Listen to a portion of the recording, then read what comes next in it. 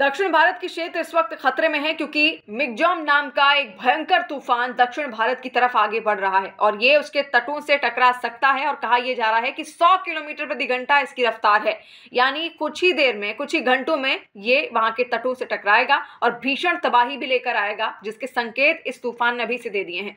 मूसलाधार बारिश इस वक्त तमिलनाडु में हो रही है। तमिलनाडु में हालात ये हैं कि वहां के एयरपोर्ट से कई सारी फ्लाइट्स को डाइवर्ट करना पड़ा है और इसके अलावा एयरपोर्ट बंद भी कर दिया गया है।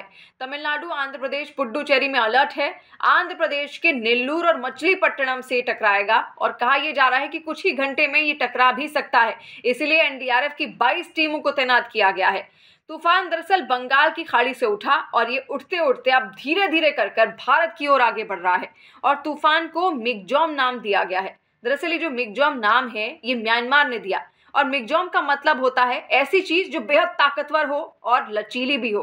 और मौसम विभाग तूफान को बेहद ताकतवर और नुकसानदायक पहले ही बता चुका है, जिसके लिए उसने कई सारी तैयारियां की हैं। प्रशासन पूरी तरीके से अलर्ट पर है, तमिलनाडु, आंध्र प्रदेश और पुडुचेरी का। और साथ साथ मौसम विभाग के अलावा सरकार ने भी पूरी तैयारी की हुई है। एनडीआरएफ की टीमें तैनात हैं। 100 किलोमीटर प्रति घंटा इसकी रफ्तार है, जिससे ये आगे बढ़ रहा है और हवा की रफ्तार के साथ हो सकता है कि आने वाले वक्त में ये अपना रास्ता भी बदल ले और इसी वजह से इसको ये नाम दिया गया है मिगजॉम, जो कि विश्व मौसम विभाग की ओर से दिया गया है। और ये जो सुझाव था इस नाम का वो म्यांमार ने दिया।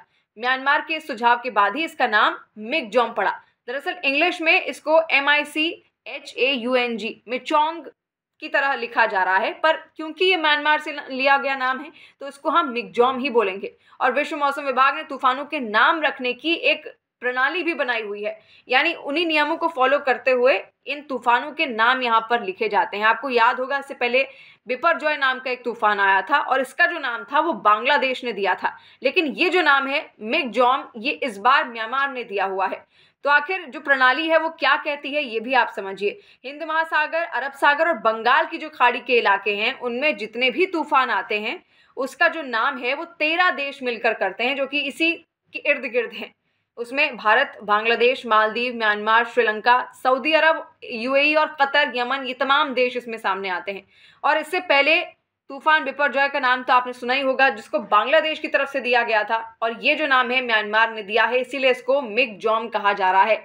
तो यही तमाम देश डिसाइड करते हैं, फैसला करते हैं, वो भी तूफान के लचीलेपन को देखते हुए, उसके आकार को देखते हुए और कितनी तबाही वो मचा सकता है, कितना ताकतवर वो है, उसको देखते हुए इसका नाम डिसाइड किया जाता है। और उस देश ने जिसने इसका सुझाव दिया उसी के नाम के आधार पर फिर आगे इसका नाम पड़ता है, जैसे कि मिगजॉम नाम पड़ा इस तूफान का, जो कि बेहद लचीला बताया जा रहा है। और इसी वजह से मिगजॉम का जो अर्थ है वो ही यही है कि जो चीज़ बेहद ताकतवर हो और लचीली भी हो। तो अलर्ट जारी कर दिया गया है और कहा यह जा रहा है कि बहुत जल्द ये दक्षिण भारत के क्षेत्रों से टकराएगा, खासतौर पर आंध्र प्रदेश के नेल्लूर और मछलीपट्टनम से टकराने वाला है।